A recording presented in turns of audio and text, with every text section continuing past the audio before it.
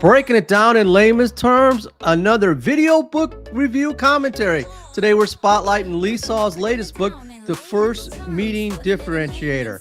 Now, I've been a big advocate of Lee's work. I've done 2 video book reviews from his previous books, Sell Different and Sales Differentiation, and this book doesn't disappoint. Now, this is going to be a long-form video. It's a full-blown video book review commentary. In fact, I have co-hosts on this video commentary review, my 2 co-hosts from AI, and we're going to cover this book cover to cover, each chapter giving you some highlights. There'll also be some additional content as well. We'll talk about who should buy this book, who should read this book, and who shouldn't read this book. We're going to do some role plays. We're going to take some topics in the book and build on that. We're going to leverage what else could be added in this book if Lee were to write another book. We'll role play pitching Lee Salz a new book concept idea based on the principles in this book. And then I'll pitch Lee on some concepts about video marketing strategies for future books that we got out of ideas from his book. So stay tuned, long form video coming up. And of course, I will be doing a full-blown short video book review of this book in its entirety. I can tell you right now, go ahead and get the book. And that video is going to be posted on LinkedIn as well as social networking sites and Amazon. I encourage everybody out there who's read this book, go beyond the text and do video. Speaking of video, here's my interview, our video book review commentary with AI on Lee's latest book, The First Meeting Differentiator. Welcome back to the deep dive. Today, we're cutting into a really strategic playbook. It's designed to sort of revolutionize what might be the most frustrating part of the sales process for a lot of people. Oh, hey there, what's up? Speaking of people, this is Doug in layman's terms, and I'm going to be joining this call, this consultation about Lee's book, and we're going to break it down cover to cover and have a lot of fun. I'm preparing for a video book review. So let's get into chapter 1 quickly, the highlights. Doug, welcome to the consultation. Yeah, that's awesome. We love having you in the deep dive. And we are absolutely happy to break down Schultz's framework for your video review. We're doing exactly what you asked. Chapter 1 is where everything shifts. It's titled The Necessary Death of Discovery Meetings. And its main idea is simple. The traditional discovery call is broken. It's flawed because it's seller-focused, which prospects recognize and resent. It provides zero meaningful value to the prospect right there and there. The book says the consultation mindset must replace discovery. You're shifting the focus to providing real, immediate, meaningful value for the client. And this transition is driven by a profound question Salz poses. What do you know that decision influencers don't know but need to know now? I'm going to summarize chapter 1. It's really creating that meaningful value on all points of engagement to the decision influencer and having that right mindset. It's a consultation, not a discovery. Let's move on to chapter 2, title, and you've got 60 seconds to break down chapter 2. Are you ready for it? That is a perfect, concise summary of chapter 1. Absolutely. You hit the key themes: meaningful value and the consultation mindset. Okay, Doug, we are absolutely ready for the chapter 2 breakdown challenge. 60 seconds on chapter 2. What comprises a successful first meeting? Go. Its main idea is reverse engineering success. You must define success before the meeting even starts. The overarching objective is simple. Peak enough interest so the DI demands the next step. Not just agreeing to it, they have to demand it. And this requires gathering information across 3 non-negotiable pillars. First is the current circumstance. Where are they now? Who are they using and how satisfied are they? Second is the future solution. What are their goals and scope? This includes competitive solutions they are already considering. And the third pillar, which is often skipped, is the decision framework. Who is truly involved? How will they decide? And what's the firm timeline? If you miss any of those 3, your deal is built on shaky ground. And that's chapter 2 wrapped up. Chapter 3 is titled, The Critical Tool Every Salesperson Needs to Qualify Deals. Its main idea is simple. Stop wasting time on deals you can't win. The book's mantra here is vital for your review. If you're going to lose, lose early. To do that, Salz introduces the target client profile, the TCP. It replaces the vague, often useless ideal client profile, the ICP. Now I'm going to cut in here. That targeted client profile that Lee has in all his books is very important. He really lists a lot of ways to qualify your targeted client profiles, and it's necessary to create meaningful value to start the consultation, to have a meaningful sales call. The TCP forces you to score an opportunity on 2 scales. Scale 1 is meaningful value. Will this prospect see the most disproportionate value from your solution? Do they have that acute pain point that only you can solve? Scale 2 is win probability. What's the actual honest chance you'll win at the prices you need? If you score low on either value or win chance, you move on immediately. You invest your finite resources only where both are genuinely high. I tell you what, chapter 3 is a lot of preparation, a lot of work that provides meaningful value. Let's hit on chapter 4. Same drill, highlights. Give it to me in a minute. Title, go. That's a great observation, Doug. You absolutely nailed the connection. Chapter 3's qualification work is the foundation. It's a lot of upfront work, but it saves immense time later. And you're right, it ties perfectly back to Chapter 2's pillars. Because the information you gather on current circumstance, future solution, and decision framework. All of that feeds directly into calculating your TCP scores. It's all about qualification and alignment with those desired consultation outcomes. Okay, Doug, Chapter 4 in 60 seconds. We're ready. Chapter 4 is titled Preparation, Your Key to a Masterful Consultation. The main idea. Consultations fail primarily due to lack of preparation. The book stresses that you must deliver personalized, high-value insight. The preparation breaks down into 2 steps. First is overarching knowledge. This means decision, influence, or mastery. Deeply understanding the goals specific to that job title you're meeting with. You have to know their world better than they do. And other players' analysis, understanding the competitive landscape. The second step is personalized research. This is where you build the consultation game plan. Digging into their CRM history and company news. It's all focused on finding a specific hook or context point. Speaking of context points, can you highlight the concept or the acronym GUIDE in that chapter and why that's important quickly? The GUIDE framework is a fantastic tool in Chapter 4. It's designed to help you, the seller, personalize your message. GUIDE stands for a series of questions you should ask yourself when preparing content. The U is who is us, meaning who is the sender of the information. The I is who is the intended audience. The D is how do you want the information delivered? And the E is in what environment is the information going to be received? This ensures your preparation is tailored to the DI. It's the critical step that makes your consultation feel personalized, not generic. You're demonstrating you've already invested time in understanding them. This instantly adds value and makes the DI feel special. All right, let's move along to some emotion right now.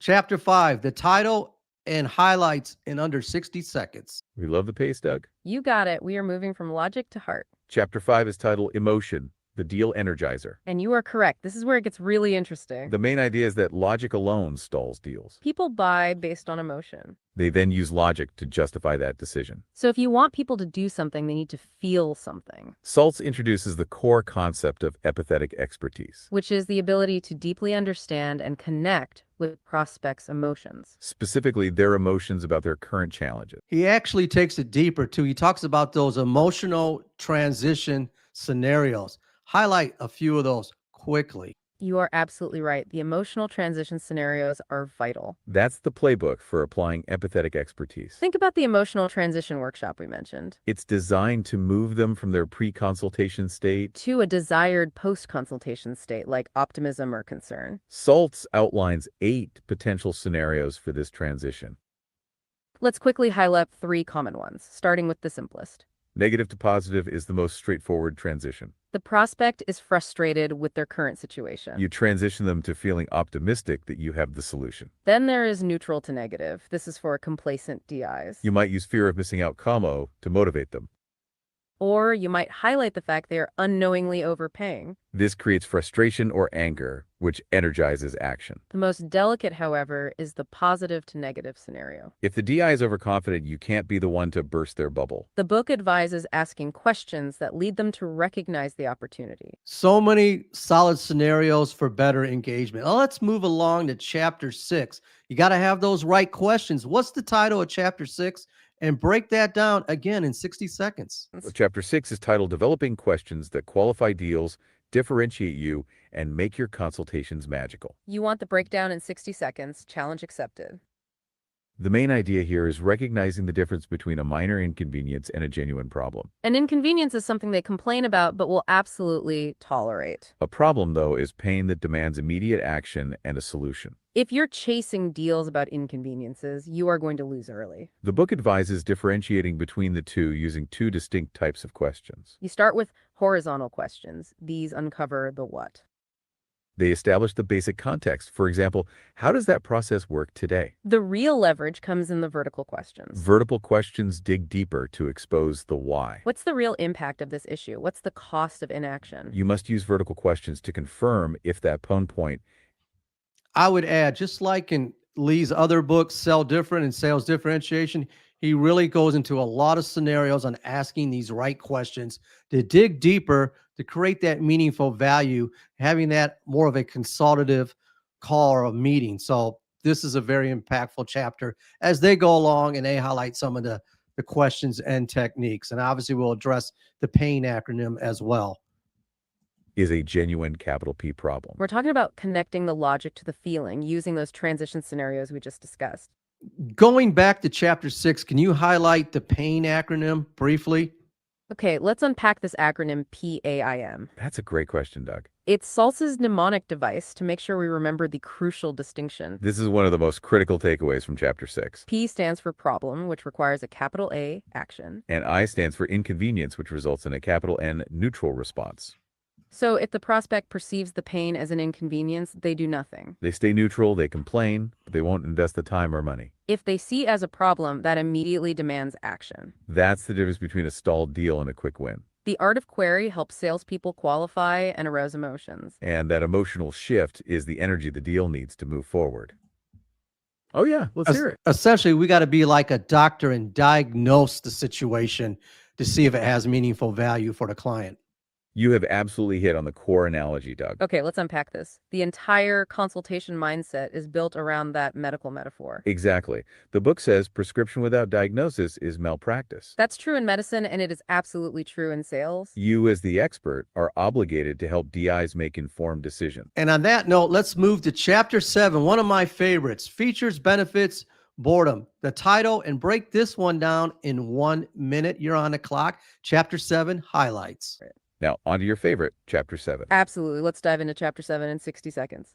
Chapter 7 is titled Features, Benefits, and Boredom. The subtitle is How to Share Compelling Stories That Engage, Excite, and Differentiate. The main idea: stop presenting boring features and benefits. Instead, tell compelling stories that create emotional connection and are memorable. This is critical because of the forgetting curve. Prospects remember very little of what you say a week later.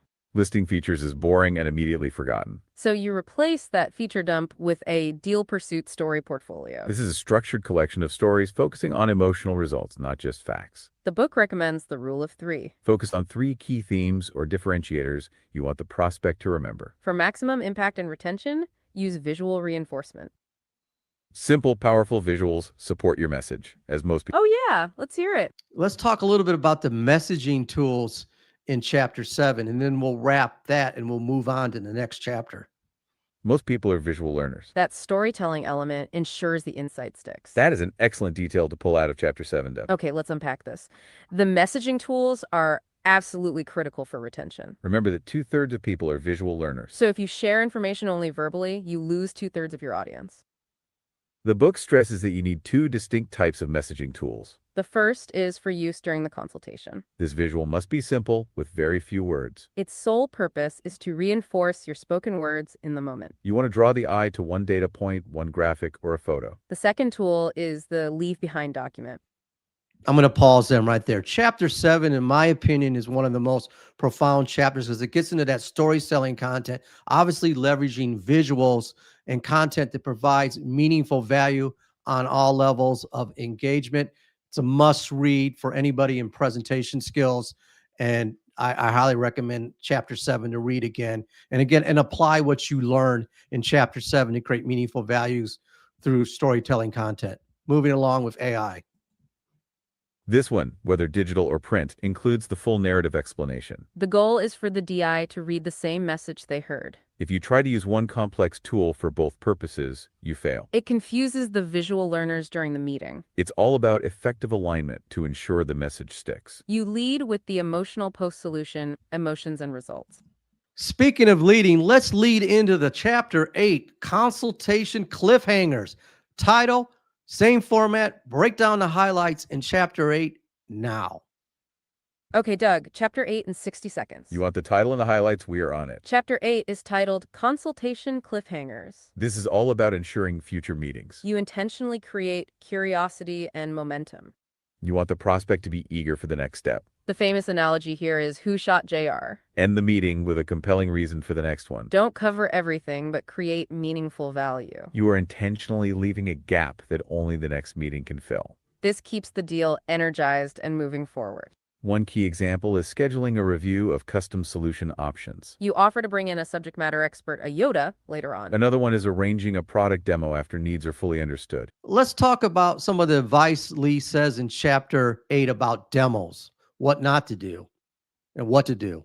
That is a critical point about the cliffhangers chapter. Yes, the chapter warns against two common mistakes. The first mistake is rushing into a technology demo. Salespeople are proud of their tech, but they shouldn't let that excitement cause an incomplete consultation. If you jump into a full demo right away, the consultation turns into show and tell. This fails to create a solid deal foundation because you likely haven't asked all the essential questions yet. Plus, the DI won't remember everything anyway. And scheduling a subsequent meeting becomes much harder. You've given away the farm. Oh, go for it. What about the concept of the empty briefcase? I think that's genius for curiosity. Oh, the empty briefcase strategy. You are absolutely right, Doug. It is pure genius for creating curiosity. It's another example of the intentional gap. If you sell complex solutions, you can't arrive with a bag of them. The empty briefcase means you show up with nothing but a pen and a pad. Your plan is to come to the next meeting with relevant solution options. This disarms the decision influencer. Moving along, let's hit chapter 9, the title, and 60 seconds. Let's navigate chapter 9. You're keeping us moving right along. Chapter 9 in 60 seconds, challenge accepted. Chapter 9 is titled The Imperfect Consultation. And its subtitle is Navigating First Meeting Deal Obstacles. The main idea: things will go wrong in the first meeting. The key is having a framework to handle those inevitable obstacles. You need to be ready for the most common issues. Like when a DI is withholding information. You must build trust and explain the why behind your sensitive questions. Oh yeah, go on. Lee highlights this another acronym, E.A.S E. What's that all about? Why is that important? And of course, the recap email. Highlight those two key components. E.A.S.E. is Salz's framework for navigating skepticism. It's another big one for dealing with obstacles. E.A.S.E. stands for empathy, ask, share, and ensure. Why is it important? Because you cannot resolve skepticism unilaterally. It takes both you and the decision influencer working together. You start with empathy to show you respect their concern. Then you ask questions to fully understand the root of the concern. Then you share only the information specifically requested to resolve it. Finally, you ensure the information you shared resolved their concern. This keeps you from throwing spaghetti at the wall, as the book puts it. You're not just guessing what they need, you're confirming. Now let's talk about the recap email, which is Chapter 10's centerpiece. That's the critical follow-up tool to solidify value and confirm next steps. It combats the forgetting curve we talked about earlier. If you had a 1-hour conversation, they'll only remember 6 minutes a week later without this. I would add to the recap email, why not leverage a personalized video message? That's selling different and bringing meaningful value that's personalized. What do you think about that? That is a phenomenal idea for selling different, Doug. Okay, let's unpack this. A personalized video message is pure empathetic expertise. You're capitalizing on two key themes from the book. First, the need for personalization we talked about in Chapter 4. And second, leveraging visuals, which we covered in Chapter 7. Salz emphasizes that 2/3 of people are visual learners. A personalized video would be the ultimate visual reinforcement. It also demonstrates that you genuinely care, which is a major differentiator. The book stresses that AI tools can't write the recap email for you. A personalized video takes that effort to a whole new level. It creates a positive impression of what it's like to partner with your company. And it easily gets shared with the other decision influencers too. It's an excellent way to elevate the core concept of the recap email. You're right, it's about being memorable and standing out. Now let's circle back to the written components of that recap email. We were going to highlight two. Let's not, and let's move on to chapter A. Let's put a bow on a great first meeting. Highlight that breakdown in less than 60 seconds. Chapter 10. That sounds like a plan, Doug. We're moving on to Chapter 10. You're keeping us right on pace for your video review. Okay, Chapter 10 in 60 seconds, putting a bow on a great first meeting. This is the critical final sequence of the consultation. The main idea. Close the meeting professionally to solidify value. And, crucially, secure the next meaningful interaction. The first step is simple, but often skipped. You must thank them for investing their time with you. Executives are busy.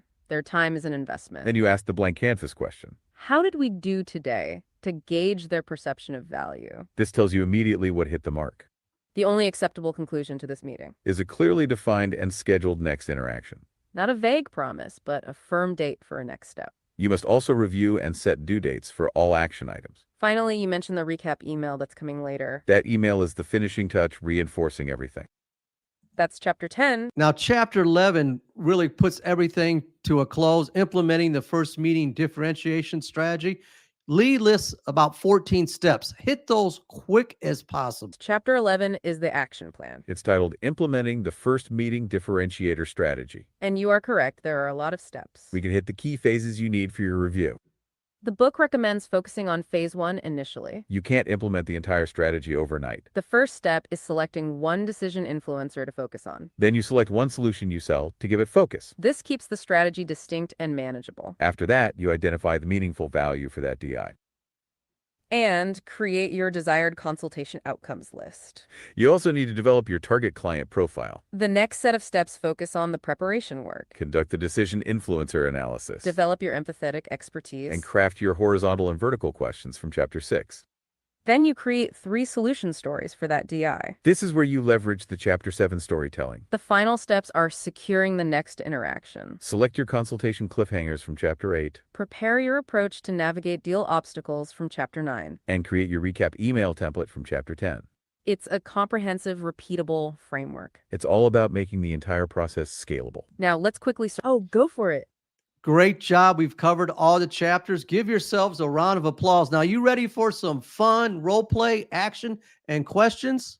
That is very kind of you, Doug. Thank you. Absolutely, you kept us perfectly on time. And we are always ready for a little role play action. So, since we covered this book chapter to chapter, beginning to end, what's your favorite chapter and takeaway from this book? That's a great question, Doug. You're forcing us to choose a favorite child here. Okay, let me unpack this. I think I have to go chapter 5. Emotion, the deal energizer. Exactly, the concept of empathetic expertise. It's the most profound shift in mindset. It acknowledges that logic alone doesn't close the deal. You have to identify their before and after emotional states. And then guide them through that transition. If they don't feel the problem, they won't act on it. It's the energy the deal needs to move forward, as we said. For me, I would pick Chapter 7. Features, benefits, and boredom. Yes, because it's the most immediately practical. Stop with the feature dump. Start with compelling stories and the rule of 3. That storytelling ensures the insight sticks with the DI. Plus, that's where we talked about visual reinforcement. You know, that ties in perfect. Oh, yeah. Uh-huh.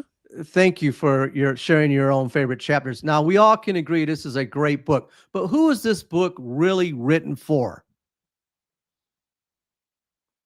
That is another insightful question, Doug. Absolutely. It's a great book, but who is the audience? The book is intentionally broad in its target. Salz states clearly that it's for both sales management executives. And for individual revenue contributors. For managers, it's a blueprint for a scalable, repeatable strategy. You know, for creating a sales playbook for the team. We saw that mentioned by several CEOs and executives. For the individual salesperson, it's actionable guidance to elevate performance. It applies across B2B and complex B2C sales. Whether you're selling products, services, tech, or SaaS solutions. It's essentially for anyone who wants to win more deals. And crucially, oh yeah, let's hear it. I love that answer. So let's flip the script. Sales contrarian. Who is this book not for? Who shouldn't spend time reading this book? Okay, let's unpack this. That's the kind of contrarian question we love. That's a great flip of the script, Doug. If you look at the structure, the book is the line for complex B2B sales. It focuses on deals where multiple decision influencers are involved. So who is it not for? It may be transactional sales. Yeah, if you're selling a low-cost commodity with a one-call close, If the sale doesn't require strategic preparation. or if you don't need to guide a prospect through an emotional transition, Then a lot of the deep framework, like the targeting client profile. and the empathetic expertise might be overkill. Also, if a salesperson is completely unwilling to do the heavy lifting, This book is not about shortcuts, as one reviewer mentioned.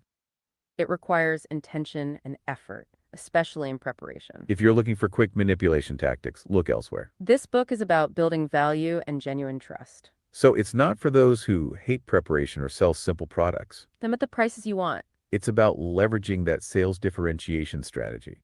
So chapter 5 for the emotional why and chapter 7 for the how are relevant to both audiences. And that ties in perfectly with your personalized video idea too. It creates that positive impression of partnering, which helps every seller. Now let's circle back to the written components of that recap email. We want to tie up those, hey, yeah, what's up? Let's move along. I've got a couple additional questions in role play. You ready for this?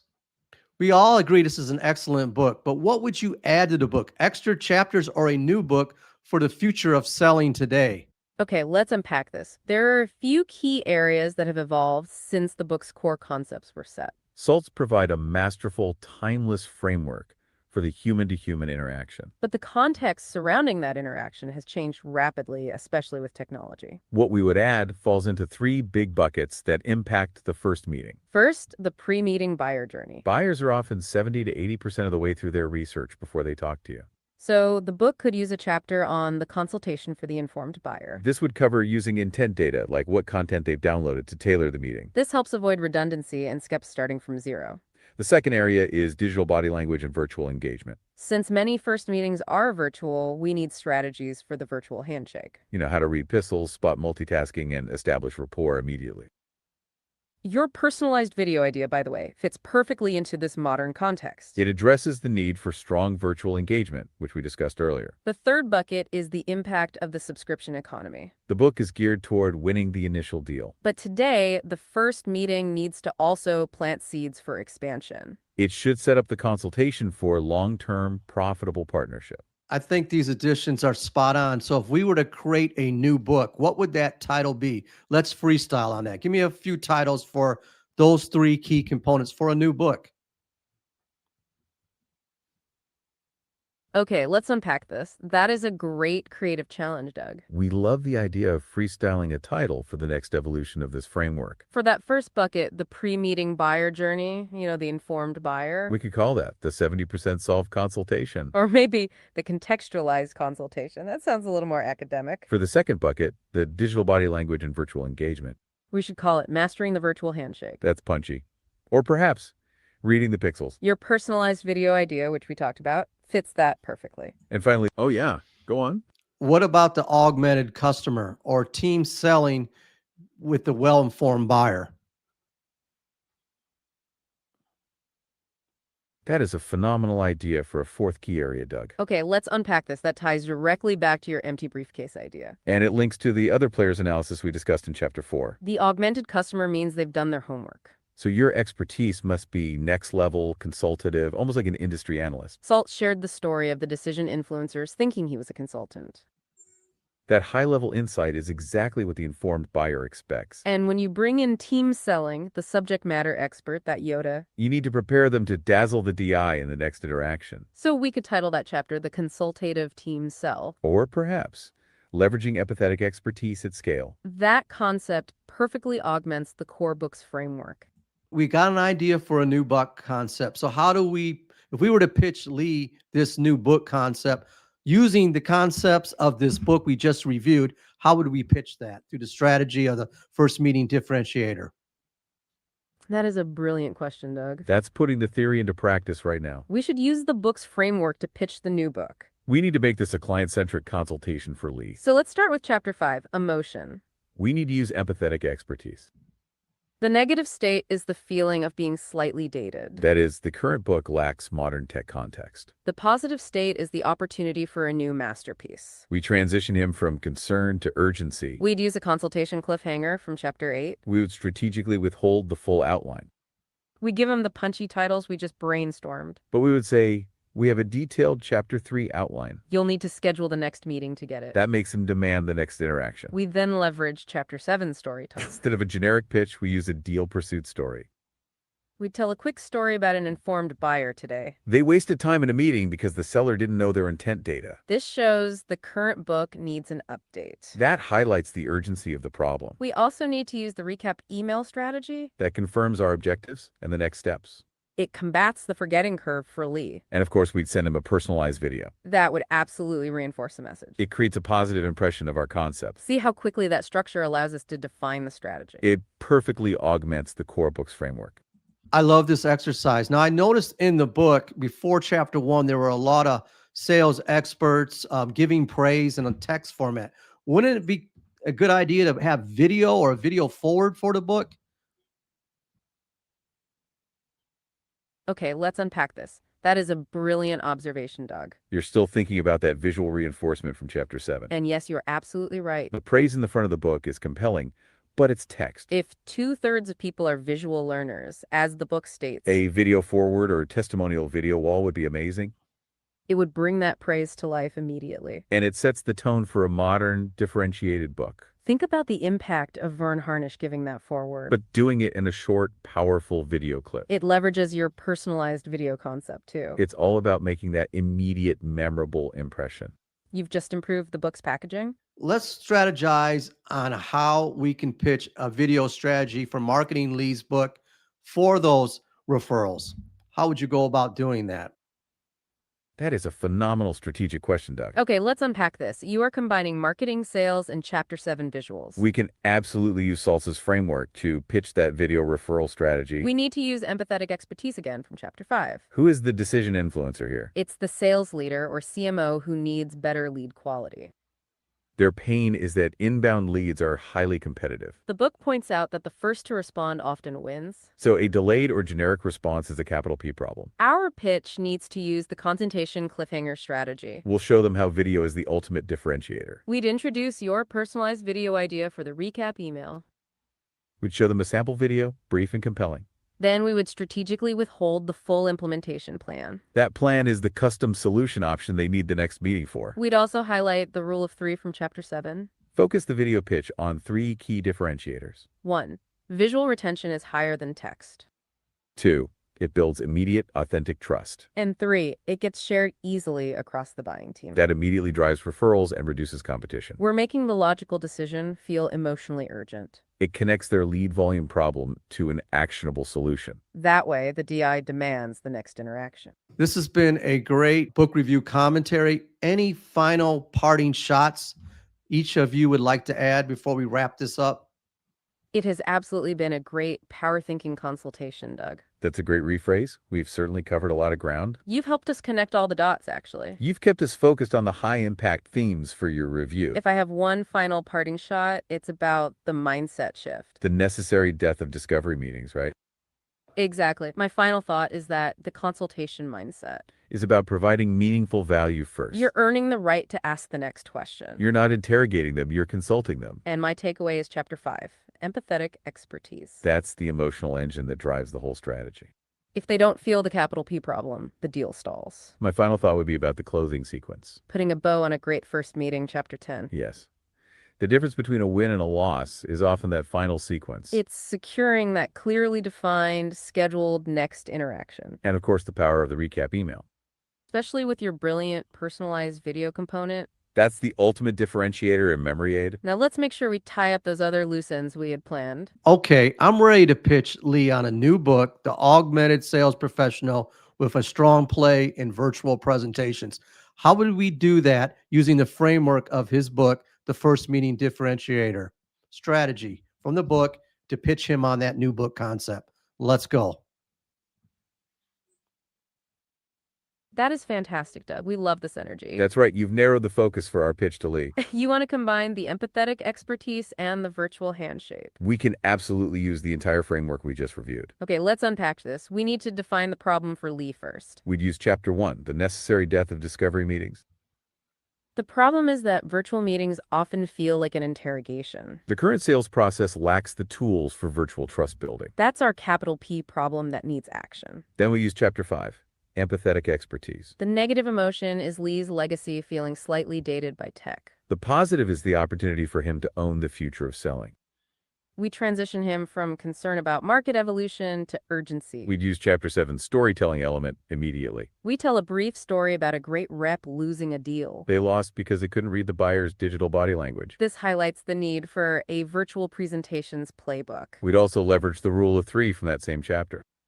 The pitch focuses on 3 key benefits of the new book. 1, it makes empathetic expertise actionable in a virtual room. 2, it provides new strategies for the informed buyer. And 3, it secures lifetime value, not just the first deal. Finally, we use a consultation cliffhanger from Chapter 8. We would strategically withhold the full detailed outline. We give him the title, the Augmented Sales Professional, but we tell him the complete implementation plan. is waiting for him in the next scheduled meeting. That makes him demand the second interaction. And of course, we send the pitch with a personalized video component. That reinforces the message and demonstrates our thesis. Now let's make sure we tie up those final tools we promised you. That way you have all the pieces for your video review. Even with your awesome video idea, the text of that recap email is still vital. We previously mentioned component 1, your objective. This lists the goals and challenges the DI shared, confirming we listened. Component 2 is how we can help. This connects your differentiators only to their stated objectives. That's the personalized value we talked about earlier. The email also includes my action items and your action items. These must have firm due dates for accountability, remember? This keeps the deal solution emotions. Thank you so much for joining us and letting us help with your video review today. We really appreciate your collaboration and quick pivots. Good luck with video, and thanks for diving deep into these sales strategies. We hope you win every deal at the price you want, just as salts and tens. This has been a great collaboration. That's our time for today's deep dive.